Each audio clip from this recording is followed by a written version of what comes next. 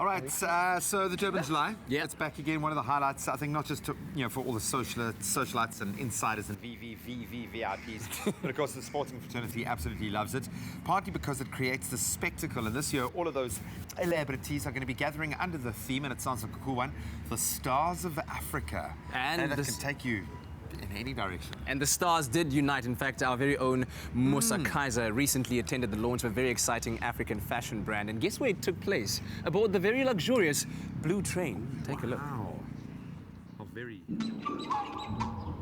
The Afrofuturism movement has been gaining a lot of momentum as we've been focusing on and enjoying African-inspired fashion and narratives. We're going to see this being incorporated in outfits in the up-and-coming Vodacom Durban July. Afrofuturism, described as creating a future on a reimagined past, is a fitting theme for taking Africa's biggest horse racing event, which has been held on the first Saturday of July since 1897, right into the future.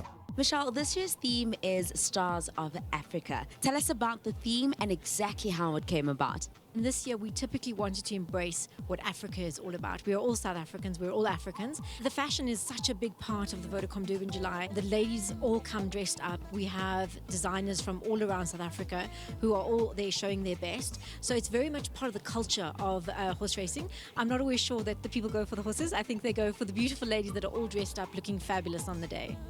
We've embarked on this amazing and exquisite blue train with 3 amazing South African designers. Tell us about that.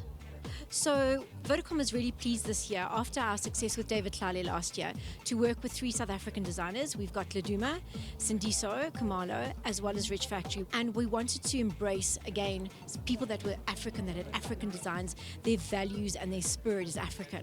And what better than those designers? They are unbelievably talented and they are being showcased all around the world, and that's why we wanted to partner with them. We also decided to partner with OSBORNE MACHARIA. He is an acclaimed photographer, and if you look at his work and you see the campaign that we've launched, it's all about Africa's future.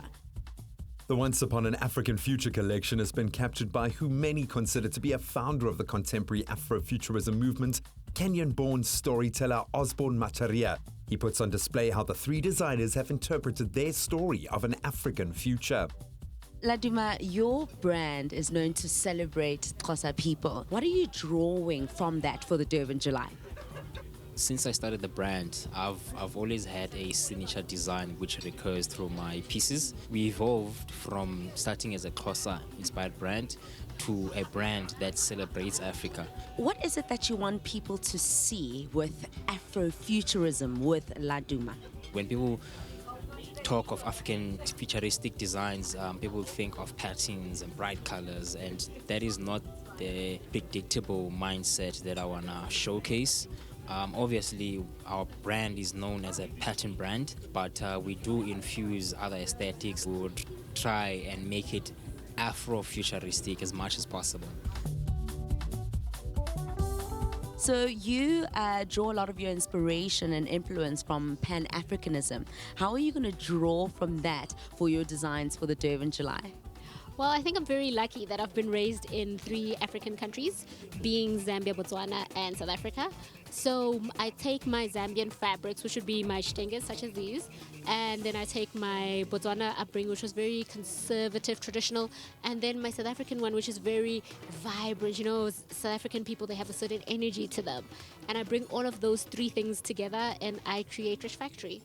What is it that you want people to take from your designs for the Durban July and say, yep, that's Afrofuturistic? So what I think was really interesting was Vodacom took the narrative and they didn't just say what is futuristic. They said, let's reimagine Africa. If you look at if Africa wasn't colonized, we look at what would that look like. And for me, that is really royalty. Currently where we are in the world now, we've had to take our African prints and then say, no, we're taking them back. But if you imagine them with us not having to take them back in all these years, we were so proud of them. We were carrying them as royalty. So I think it was a very interesting idea for Vodacom Red to come with it and say, reimagine it. I like the theme Stars of Africa because I think it's a celebration of what makes us the Stars of Africa. It shines the spotlight on what African fashion has achieved. For me, Afrofuturistic designs, I think, are some sort of a throw forward as to the Africa of the future that we imagine. So for me, it would be boldness, it would be pride, it would be the royal kingdoms of the past, the kings and queens, because that's who we are born from, kings and queens of the continent. Yeah. I think I'm looking forward to seeing how people interpret the theme, to see if they're going to go more Afrofuturistic or if they're going to go more classical. But obviously there's going to be a big emphasis on African print and African attire, whatever you might regard that to be. I always try to keep it simple and memorable as much as possible.